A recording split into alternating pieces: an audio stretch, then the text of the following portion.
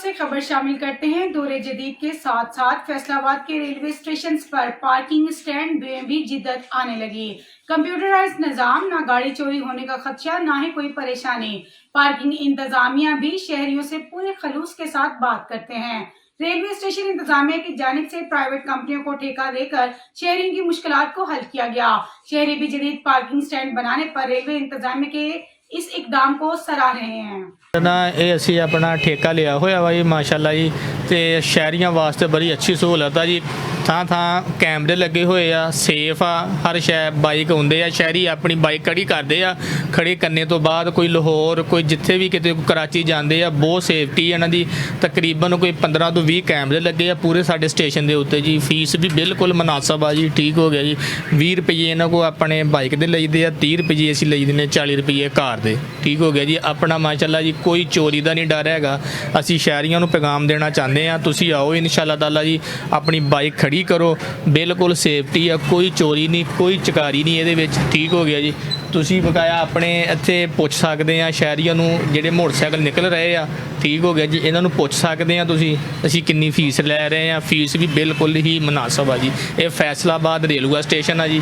आ देखो जी, भाई हुणां नूं पुछो जी किन्ने पैसे इन्हां कोल लए ने।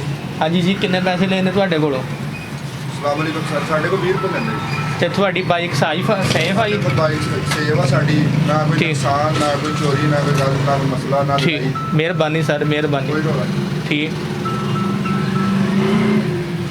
हाँ जी सर, किन्ने पैसे तुहाडे कोल लैंदे आ डेली?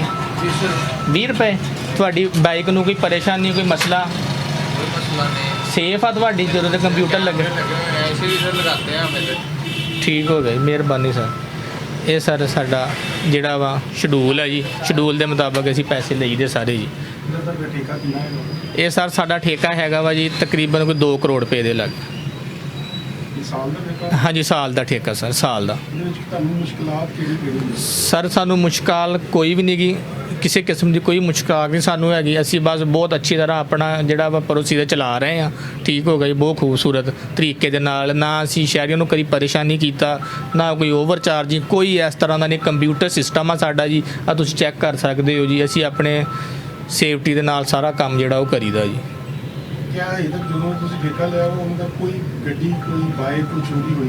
ਨਹੀਂ, ਕੋਈ ਬਾਈਕ, ਕੋਈ ਗੱਡੀ ਨਹੀਂ ਚੋਰੀ ਹੋਈ ਜਦੋਂ ਦਾ ਅਸੀਂ ਠੇਕਾ ਲਿਆ। ਜੋ ਉਹਦਾ ਸਿਸਟਮ ਅਸੀਂ ਚਲਾਤਾ ਨਾ, ਪਹਿਲੋਂ ਹੁੰਦੀਆਂ ਸੀਗੀਆਂ ਜਦੋਂ ਇਹ ਸਿਸਟਮ ਨਹੀਂ ਸੀਗਾ ਕੰਪਿਊਟਰਾਈਜ਼। ਹੁਣ ਕੈਮਰੇ ਲੱਗੇ ਆ, ਹੁਣ ਮਾਸ਼ਾਅੱਲਾ ਜੀ ਹਰ ਸ਼ੈ ਦੀ ਸਾਨੂੰ ਸਹੂਲਤ ਮੌਜੂਦ ਹੈ ਜੀ।